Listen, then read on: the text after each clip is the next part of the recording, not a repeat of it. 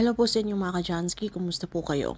At ngayong araw na ito ay meron na naman po tayong bagong ibabahagi sa inyo kung saan ito po ay mga simpleng paraan para mas lalo pa maka-attract ng good luck na yan so sa pinyaman man o pananalapi. So bago po natin simulan ng mga ritual mga ka-Jansky ay nais ko naman pong ipromote sa inyo para po sa mga gusto ng mga pampaswerte sa inyong mga trabaho, sa inyong mga career o sa inyong mga negosyo. Kung kayo po ay mahiling maglaro ng anumang uri ng sugal, meron po tayong pampaswerte dyan. Para po sa mga interesado ay mag-PM lamang po kayo sa akin. So anyway, ngayong ritual na ito ay kinakailangan meron po tayong 100% paniniwala para ito po ay mag-work sa inyo. Pero kung kayo po ay naku-curious lamang at nais nyo lamang pong subukan, ay wag nyo lamang pong itry dahil ito po ay masasayang lamang po ang inyong oras. Kinakailangan na meron po tayong trust, believe, and faith para ito po ay talagang gagana po sa inyo. Okay? So, ito po ay gawin natin sa gabi bago po kayo matulog. So, maghanda lamang po kayo ng ating mga sangkap ng gaya na makikita nyo po sa larawan. So, maghanda lamang po tayo ng asin dahil alam naman po natin ang asin na isa po ay sa napakamabisa sa pagtanggal ng mga negatibong enerhiya na yan. Na kung saan ang mga negative energy ay siyang nagiging hadlang ng ating mga gustong makamit sa buhay. And then, isa po riyan na kailangan natin ay yung bawang. So, 3 putil ng bawang mga ka-Jansky ang ating kakailanganin. Dito rin pong bawang ay mabisa rin po ito sa mga malas na yan o mga bad vibes sa paligid. Okay? At samahan po natin ito ng isang dahon ng laurel. Dahil ang dahon ng laurel ito po ay isang magical herbs na kung saan malakas po ito mag-attract ng swerte.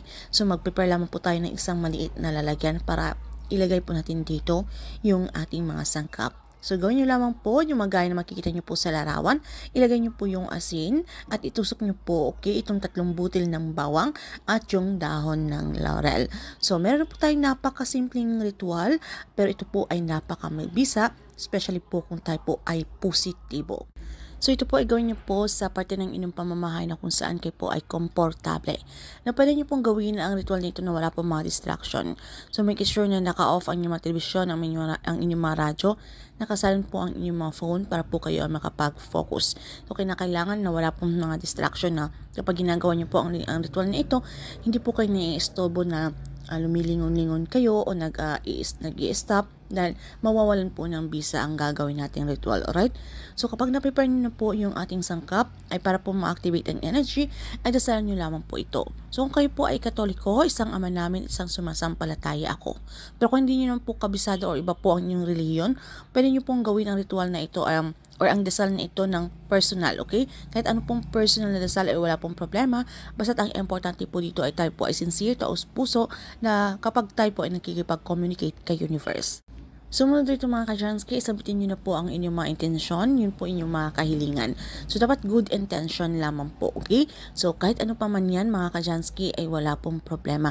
Ito rin po ay mainam kung kayo po ay mahilig maglaro ng sugal, okay? Or kung kayo po ay mananayan ng loto, okay? Kung sa loto naman, ang gusto nyo pong ang inyong kahilingan, pwede nyo pong isulat ang inyong mga lucky number, ang inyong mga favorite number na lagi nyo pong tinatayaan. So, dito sa dahon ng laurel, isulat nyo lamang po yan, yung inyong mga favorite lucky number. Pwede nyo pong itusok, after nyo pong doon itusok sa ating mga asin, alright?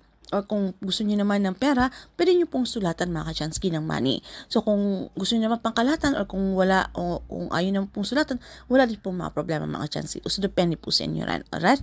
Then pagkatapos mga ka-Jansky, i-claim, i-affirm na po sa inyong mga sarili ang mga swerteng dating na ito. Sambitin niyo po yung ating mantra, Thank you universe. Now I'm ready to receive the blessings. So after nito ay ilagay nyo lamang po ito sa gilid ng inyong mga pintuan, okay? Sa inyong mga main door or ng inyong mga front door. Huwag nyo po itong ilagay sa inyong mga back door. So kailangan nyo nasa harapan nyo po ng mga main door. Dahil dito po lumabas-pasok, okay? Yung mga enerhiya na yan. So kinakailangan na meron po tayong mga pampaswerte dyan na kung saan ito po ay pumapasok, okay? Yung mga kailangan nating mga dapat good energy lamang na mayroon pong mga hadlang na feeling nyo po ay lagi po kayong nadidelayed sa mga gusto nyo pong meron po tayong inaantay lalo po sa usaping pananalapi. So ilagay nyo lamang po iyan sa gilid at make sure na hindi po ito magagalaw mga ka-Jansky, okay? And then kinabukasan po, pagising nyo po sa umaga, and pwede nyo po itong kunin, pasikatan nyo lamang po ito sa sa sikat ng araw, kahit ilang minuto lamang po para mas lalo pang ma-activate ang energy at pwede nyo pong ilagay ulit doon, okay, sa gilid ng inyong mga pintuan. So, hayaan nyo lamang po ito mga ka-Jansky at everyday, lagi po kayong magma-manifest na ito pong inyong mga kahilingan, ito po ay matutupad na. And then kapag natupad naman po ang inyong kahilingan, ay pwede nyo na pong i-dispose. Okay, itong ating ritual. Pwede nyo po itong ilagay sa plastic, okay? Ibalot nyo po ito sa plastic mga ka-Jansky at pwede nyo po itong itapon na, okay? Sa harapan or sa labas po ng inyong mga basurahan. And then, kung inyo naman pong hindi pa po nangyayari at ito po ay kailangan na palitan, ay palitan nyo lamang po ito ng panibago at gawin nyo lang po ang ritual na ito, okay? Ng inyo po itong dasalan na panibagong ritual. So, yun lamang po mga ka-Jansky at tayo po ay maging positibo at paganahin po natin yung ating law of attraction na kung saan magagandang bagay po ang ating iniisip na kung ano man po yung ating hiling, ito po ay mangyayari. So, kayo po ay magugulat na sa mga susunod na mga araw ay hindi nyo po akalain na meron po mga windfall na mga darating o mga sweating hindi nyo po inaasahan o yung mga matagal nyo na pong inaantay na nadidelayed po ay ito po ay matutupad na. So, wala pong imposible basta tayo po ay maniwala lamang. So, kung meron po kayong mga katanungan o hindi man masyadong klaro sa topic na ito, ay paki-comment na lamang po sa ibaba. So, yun lamang po mga ka-Jansky at kinakailangan yung mga ganitong pampaswerteng ritual ay sabayin pa rin po natin na aksyon, pagpaplanong gagawin kung paano pa po tayo mas lalong umangat. Nasa atin po ang may control at tayo pa rin po ang gumagawa ng ating kapalaran. Nasa ating kamay ang tagumpay mga ka-Jansky. So itong mga pampaswerte ay isang kabayo, inspirasyon lamang para mas lalo pang lumapit ang swerte na yan.